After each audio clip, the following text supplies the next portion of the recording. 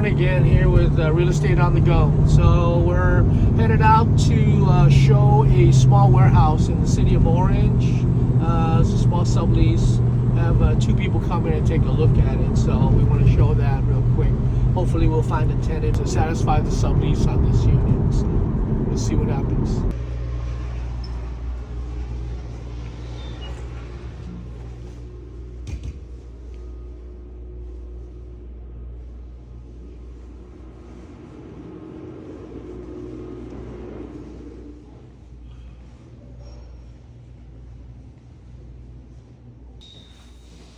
So we just showed it to two different people. Both seem to like it. They have applications for them to turn in, and hopefully we could get them approved, and we could, lease out this small sublease unit, 1,580 square foot of industrial here in the city of Orange. So let's see what happens.